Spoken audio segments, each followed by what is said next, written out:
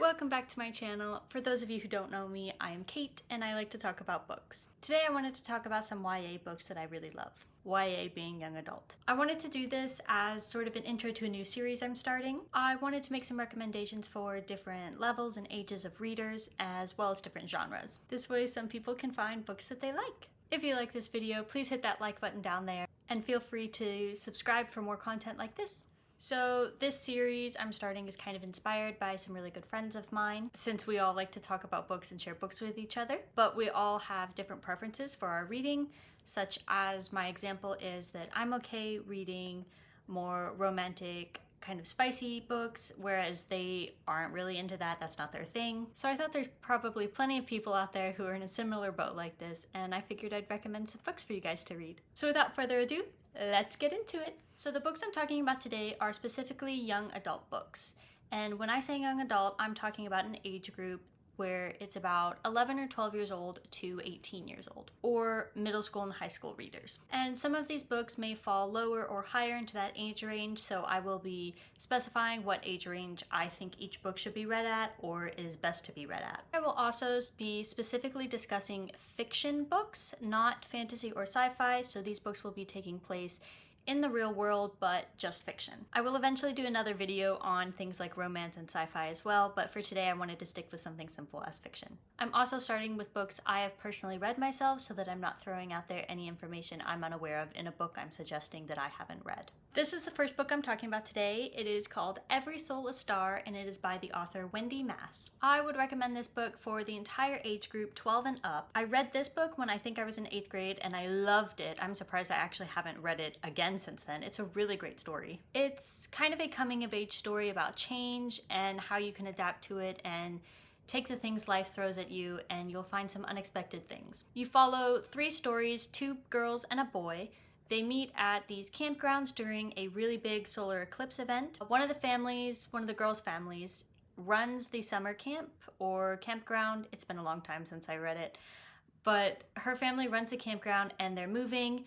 Another girl, her family is moving to the campground to take over it, and then the boy is visiting with, I believe, his science teacher. All 3 of their paths cross and they form this unlikely friendship and change each other's lives for the better. The next book I want to talk about is The Third Twin by CJ, I'm probably going to butcher this name, Omololu? Lolu? Yes, this guy. I would say this book is also a 12 and up book for the full age range. I did read it post-graduation of high school, so I'll give that there, but it's still a great book. It's a mystery of sorts between these 2 twin sisters. It's told from the perspective of one sister, and they always like to roleplay as this triplet sister they have, who's not real. And suddenly things start happening that are like dangerous and criminal, and so the one twin thinks that either this third twin is real or her sister is lying to her and doing some really bad stuff. It seems really spooky, but honestly it isn't. Like, this cover is giving horror movie vibes to me, but it's really not like that. I personally have issues with watching like crime shows. That's not for me, gives me nightmares. And I will tell you, this book did not give me nightmares, so if you also have issues with that, this book is probably fine for you. The Inheritance Games. This is by Jennifer Lynn Barnes, and I loved it so much. I read it about 2 years ago. This one was recommended to me by a friend, and I just absolutely fell in love with it.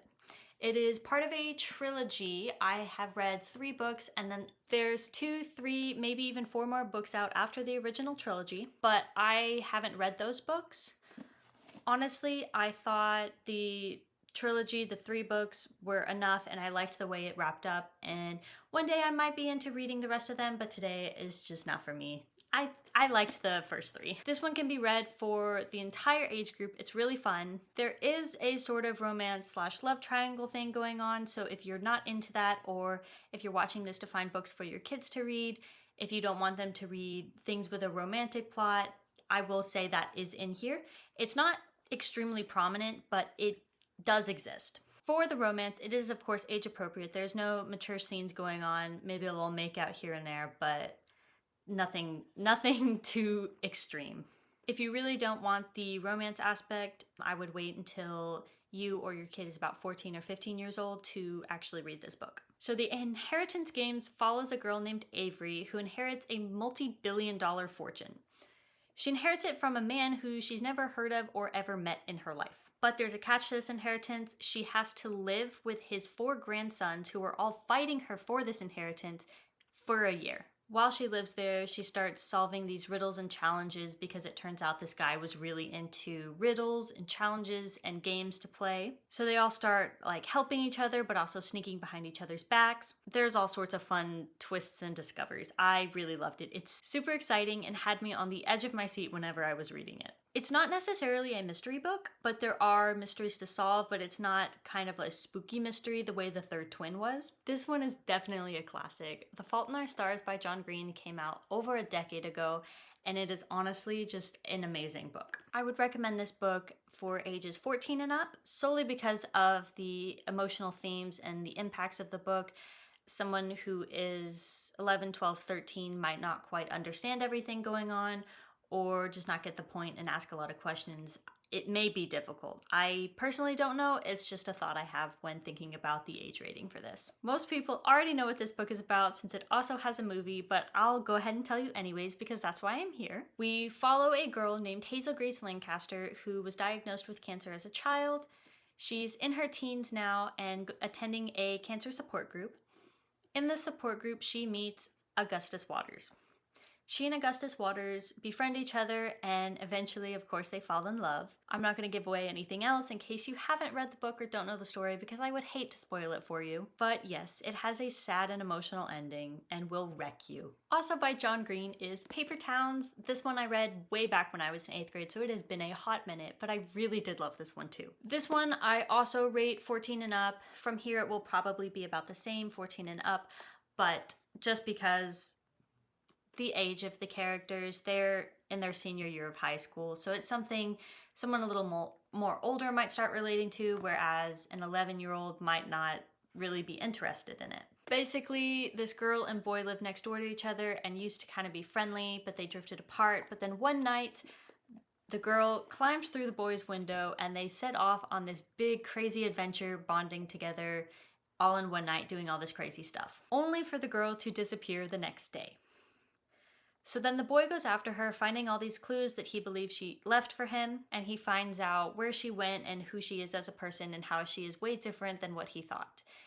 It's just a really interesting and kind of cute, like, mystery but not mystery story. To All the Boys I Loved Before is part of a trilogy, and you may have heard of it due to the 3 movies going on the same names as the 3 books made by Netflix. I'm going to rank this book ages 14 and up because of the romance, because it is heavily influenced by a romance plot. And I know some younger kids may not be interested in that, younger readers may not be interested in that, as well as parents just not having the comfortability with having their child read something at that age that has romantic interest. This book follows Lara Jean, who writes these love letters. Every time she has a really big crush, she writes a love letter to help herself kind of move on and get over it. She addresses the letters, but she keeps them in a box and never sends them out. She keeps them to herself and will reread them occasionally.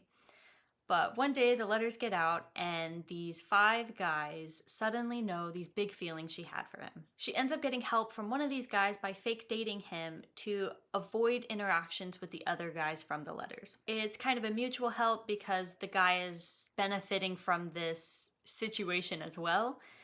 And Lara Jean is obviously benefiting from this situation. It's both emotional and humorous, and it's just a really sweet love story between 2 high schoolers. If you like this one, or if you've already read this one and enjoyed it, you may also like the series, also by the same author, Jenny Han, called The Summer I Turned Pretty. It also has a TV adaptation as a TV show on Amazon Prime.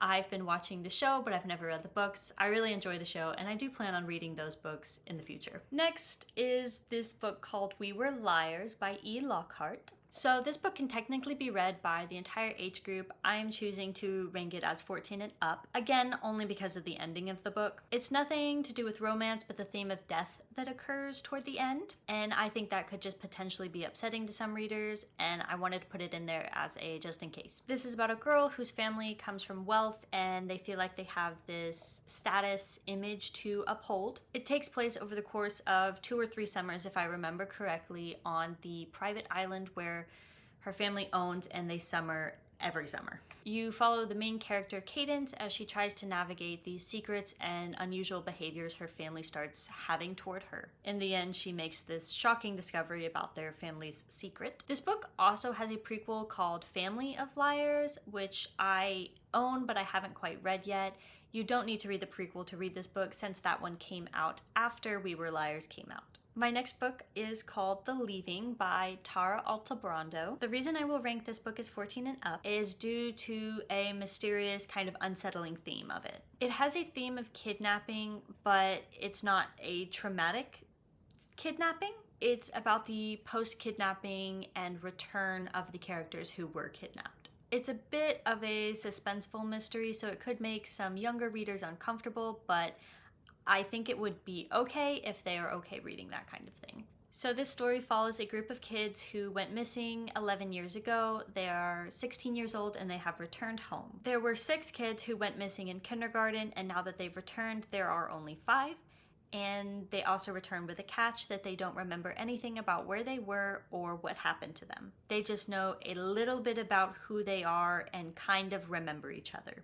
One of the characters we also follow is the sister of the boy who hasn't returned, because she's trying to figure out why the rest of them returned and her brother didn't. So the story goes on as this sister and the 5 who returned navigate their lives, trying to figure out what happened to them and where the missing brother is. Last but not least is The Raven Boys. I originally wasn't going to include this, but I went ahead and did so because it is a technically YA fiction book. This book is part of a 4-book series. It is by Maggie, I'm probably going to butcher this one too, Stiefvater. I'm choosing to call this an honorable mention because it does have themes of magic existing, but mostly follows the real world. So technically it's fiction, but it does have a little bit of supernatural element to it. It also has a very fine, minute romantic theme, but is mostly an adventure book.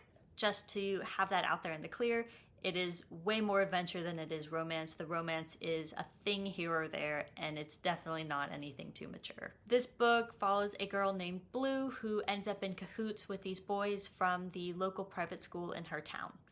Originally, Blue spends her life avoiding boys because of a psychic prophecy told about her love life.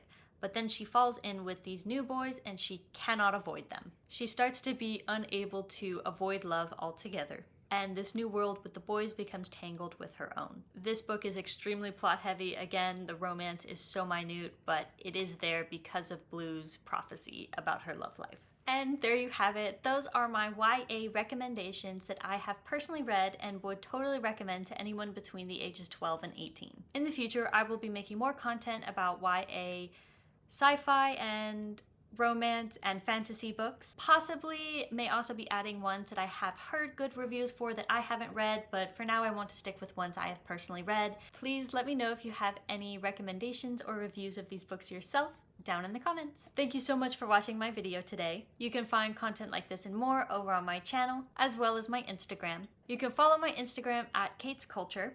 And you can check out my Goodreads link down below in the description box to see reviews of books I'm currently reading and have read in the past. Don't forget to like and subscribe if you enjoyed my video today, and I hope to see you back here in the future.